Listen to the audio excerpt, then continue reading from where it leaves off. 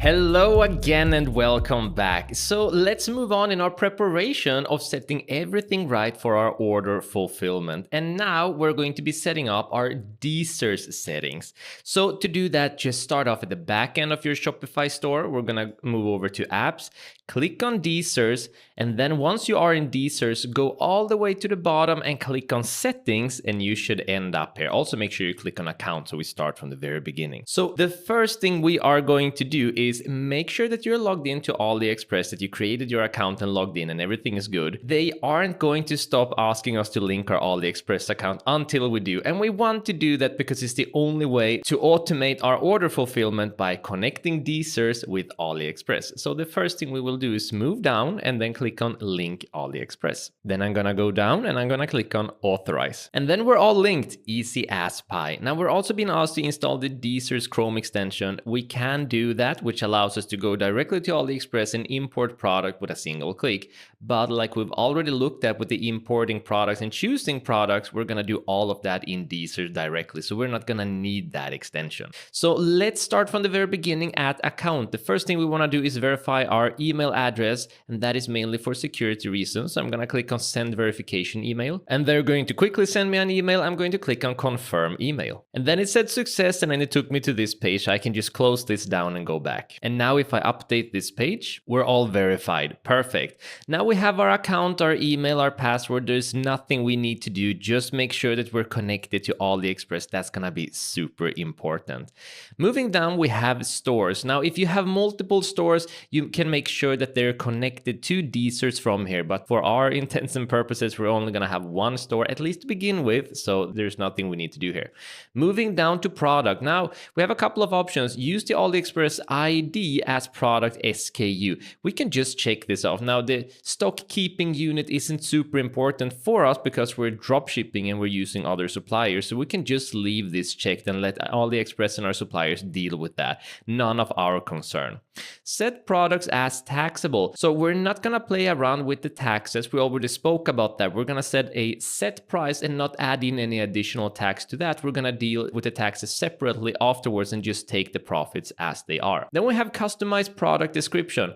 Now it's asking, what do you want to push into your store? If you remember, first we go and we find suppliers in a product, and then we import that product. And when we have imported a product and we end up here, we go in and we edit the product, and then we have a bunch of things to edit. But under description, we have specifications and we have overview. So it's basically asking, what do you want to be pushed to your Shopify store? If you look at the settings, the options you have, you can push only specifications and overview, or only overview. It's by default set to specifications, and we're gonna use it that way too, because we don't need any of this overview data. We're not gonna play with that at all. We're only gonna change all of these specifications and write our own product description. So just leave it as it is, only push specifications, and then we make sure that we edit this part only, and we can ignore this part down below. Okay, moving down to pricing rule. Now, pricing rules are interesting if you are planning on importing a ton of different products and you really want to speed up the process. Pricing rules can be handy. I personally don't use it. I don't think you will need to use it either, because we're going to be very careful with our products and edit everything ourselves. But let me show you how it works. First of all, we have a store and we have pricing templates. So I click on the store name, and then I can apply different pricing rules. So the basic pricing rule is basically you have the pricing cost, and what do you want it to change with? Right now, the basic pricing rule is I want it to be double the normal price. So what does that mean? That means that if a product costs $5, this pricing rule is going to be, so we are going to be selling it for $10 because it says times 2. And that is going to be our price. So if we're importing a product for $5, then we are automatically going to sell it for $10. We can also do plus, meaning we're going to add $10 to whatever price that is at the supplier already. So there are different ways we can approach that, and we can also have a rule for the compared at price if we automatically want all of our products that we import to have a sales price. Remember, the compared at price is going to be the one that is sort of has a strike through, and then it's going to say sale, and then it's going to show the real price, just like this. This is the compared price, and this is the actual price, and it comes with a sale tag. So we can use this if we want, and we want the pricing cost, the compared at price, usually to be higher, let's say 2.5, something like that, so that we always have a higher compared at price. You can also do standard pricing rules more in depth. So for example, for products at the cost range of $0 to $10, they are going to be added in $10 plus from the original price. And if it's from $10 to say $30, it's going to be plus 20, etc., etc. Now, this is checked in by default. It doesn't really matter because I always go and change it anyway, just like we did when we imported the products and we set our own price. So you can leave this just as it is. There's nothing we need to do, but now you understand how it works. And then we have the currency. If you're selling in a different currency, do you want it to auto convert and do their best? You can just leave this as it is, because when we import the products, we're going to set all of this up ourselves, so this makes no difference. We can also assign cents, meaning that when we import a product, we can make sure that all those products ends with 99 cents at the end. Again, I prefer to do this manually, so I don't leave this checked. There's actually nothing I do in pricing rule, but now you know how they work. So moving on, then we have shipping. And shipping is super important, because if you can set default shipping settings, then automating your order fulfillment later on is going to be much faster and much easier. So what we can do is that we can add a global shipping method. That means that for basically all of your orders, what is going to be the preferred option? Now, it's not going to be the cheapest shipping method that it's currently set to. And the reason for that is the shipping times are usually super long. What we are going to do is that we're going to write AliExpress standard, and we're going to set this to AliExpress standard shipping. And that means that this is going to be the default option globally to the countries that we're shipping to. Now we can select a specific country as well. What you also want to do is go down here and click on choose a country and then write United States, because if you manage to get a product that has USPS, meaning that they have a US based warehouse that has a much lower shipping time, then you want that to be the default. So below here where it says add more shipping method, we're going to write USPS, and we're going to go ahead and choose that method. I'm going to show you in the order fulfillment section later on that you can change this manually as you go through it, but we want to set these up as default, that globally it's going to be, I'm just going to open it here at the tab, it's going to be AliExpress standard shipping almost all the time. Not always, but almost all the time. Make sure you check this out when you pick your product. I'm going to collapse this. And then when you're shipping to United States, if possible, you're going to want to use USPS. But if they don't have USPS, you're going to want to use, again, AliExpress standard shipping. So the top one is always the preferred choice. The down below is the second preferred choice. If there is no USPS, then we're going to use this one.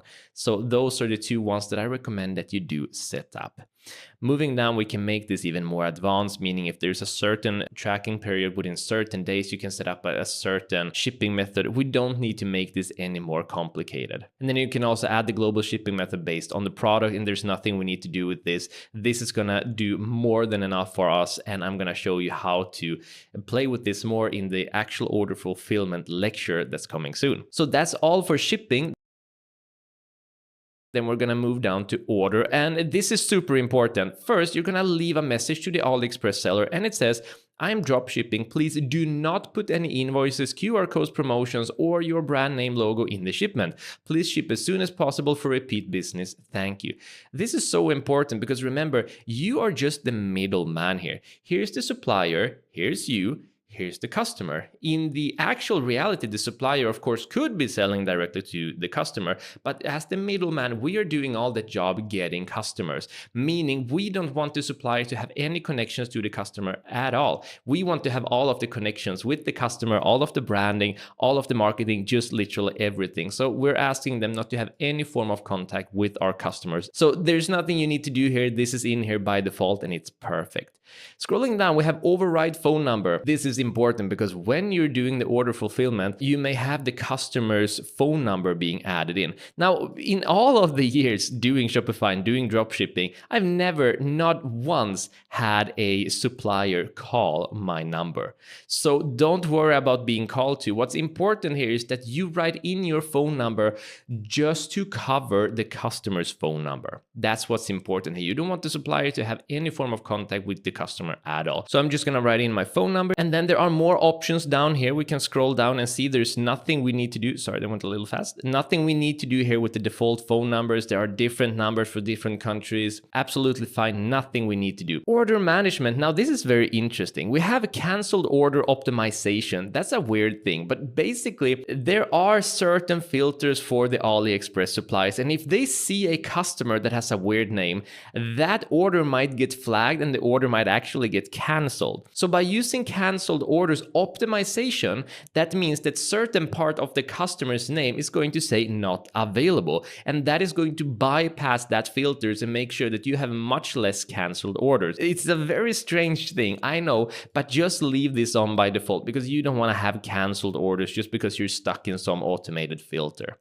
And then we have request fulfillment cancellation. So should this ever happen, you want to request automatically and instantly that you fulfill that order and not have it canceled. So it's just going to take care of itself if you have these two activated. So make sure that they are both activated. And then we have tax. If you don't want to pay VAT through AliExpress, you want to pay it yourself, you can add in your iOS's ID in here. We're not going to do that. Chances are that you don't have a VAT ID either. And because you don't have a VAT ID, there's nothing for you to put in here, and you don't have a company, most likely, to write in here. So you can just leave this all blank, no problem. And the same thing in Shopify. Shopify is probably asking for your VAT as well. And VAT is your value added tax ID. And if you're a company and you are in Europe, you get a VAT ID so that when you order certain products or sell certain products, the value added tax are automatically removed for the business. But again, if you don't have a company, don't worry about it. We're just gonna leave these blank. So moving over to PayPal. Now, PayPal is just one of multiple ways of paying for the order. You can use PayPal, you can also use your card, but the benefit with connecting PayPal here is that first of all, it's going to be easier with the order fulfillment, and secondly, the tracking number can actually be sent as a PayPal invoice for your customers. So since I'm going to be using PayPal, I'm just gonna go ahead and click on connect and then just log in, and then I'm gonna click on agree and connect. And now we've connected our account, easy as pie. I love that expression. Moving down to shipping confirmation. Now shipping confirmation, basically when you have fulfilled an order, what do you want to happen for the customer? If we click on our store, if you have multiple stores, you're gonna have a drop down menu of multiple ones, and just click on your store, you have something that says activate fulfillment notification email sent by Shopify. You really want this activated. So that means that once you have fulfilled the order for the customer, when the supplier has processed that order and sent it out, then they are automatically going to send a notification to DSers, and DSers is going to automate the order and give them a tracking ID and send a tracking ID and fulfillment notification to the customer completely automatically. So the supplier lets DSers know that the order is fulfilled. DSers automatically sends out a fulfillment notification to our customers. The less we need to work, the better. So we have a couple of options here, and first we have the shipping carrier. And what you want to do is that you don't want to use other. We're going to scroll all the way up to the top and use default, because this is going to show up on their invoice. If we use default, then the actual carrier is going to be shown as default, and in the US it's usually going to be USPS. In the UK it would be APC. It just depends what carriers are connected to where they live. So use default here. And then we have the custom tracking URL, and you want to use 17 track. And the reason we're using 17 track is because they work all over the world. And the way it works is that they get a custom tracking URL that looks like this, and then your unique order ID is going to be set automatically at the end here. So they just need to click on the link in the email email they get, and they can track exactly where the order is. Super handy. And then I'm gonna click on save. I'm gonna move down to notifications. So what do you want to be notified for? For example, do you want to be notified when a product is out of stock or not available anymore? I like to be notified of that because if I have a bestseller and it runs out of stock, I want to know about it so I can go ahead and use the supplier optimizer and change it and keep my sales going. Super important. So if a supplier changes price, do you want to be notified? I usually don't really care about that because we're usually talking about a couple of cents. I find that it doesn't matter much, but you can be notified should that happen. Canceled orders, I want to know about it. I want to keep track on those things. And the stock keeping unit changes doesn't concern us one bit. I'm not going to be notified for that. And then moving down to synchronization. So we have automatic inventory update, and this is going to affect the inventory update on your store, on your products practically. So this is very important. When a product is out of stock or no longer available, do you want DSers to do nothing? No. When a product is out of stock, I want to set the quantity to 0 on Shopify, because if there's no product in stock, there's nothing to sell, and you are going to have to contact the customer and say, sorry, we're actually out of stock, or they're going to have to wait even longer, and it's just the best way to get unhappy customers, okay? So we're going to automate this by clicking on set quantity to 0 on Shopify. When a variant is out of stock or no longer available, do you want DSers to set quantity to 0? So it's going to set it to 0 only on that variation of the product, not the entire product. When inventory changes, do you want DSers to, well, update to Shopify automatically? And this is cool because if you have a product that it says has about, let's say, 3,500 in stock, and a customer goes in and checks that, and then they come back, say, a week later, and they see there's only 3,300 in stock, they know that people are buying this product. They may not be buying it from you, but they don't know that. It's just a psychological sales trick to make them see that, hey, people are really enjoying this product. I should probably be getting it too. It's true, they are, and they are actually selling, just not from your store, but the customer will never know that. So then I'm gonna click on save. Scrolling down, we have automatic price update. When the supplier changes price, do you want DSers to? And I'm just gonna leave this to do nothing because we set prices for a reason. They're going to have a big profit margin as it is. There's nothing we need to do. Update product price. Now we can update if we have been doing any changes, but there's nothing we need to do right now. Sync Shopify orders. There's nothing we need to do here right now. And then sync all the orders numbers to Shopify additional details. So basically, do you want the AliExpress number to be in the additional details of your Shopify orders? You can have it. It doesn't really matter. It doesn't make a difference for your customer. It doesn't really make a difference for you. It's just if you have a lot of orders, you want to know which order was, in which AliExpress product number, then you can sync it, but it doesn't really matter in the end. And then synchronize Shopify order notes. So then basically you're gonna get the order notes from the AliExpress supplier directly into Shopify. There's no real benefit to having either of these synced. You can, but in the end, it doesn't really matter. So that's all of the important settings in DSers. And once you've set all of these up, and make sure that you do, they are mandatory in order to automatically and properly fulfill the orders later. We are now going to move on to the next lecture and set up all of the settings in the backend of our Shopify that we haven't yet. So that's the final step before we actually learn how to fulfill orders. See you in the next lecture.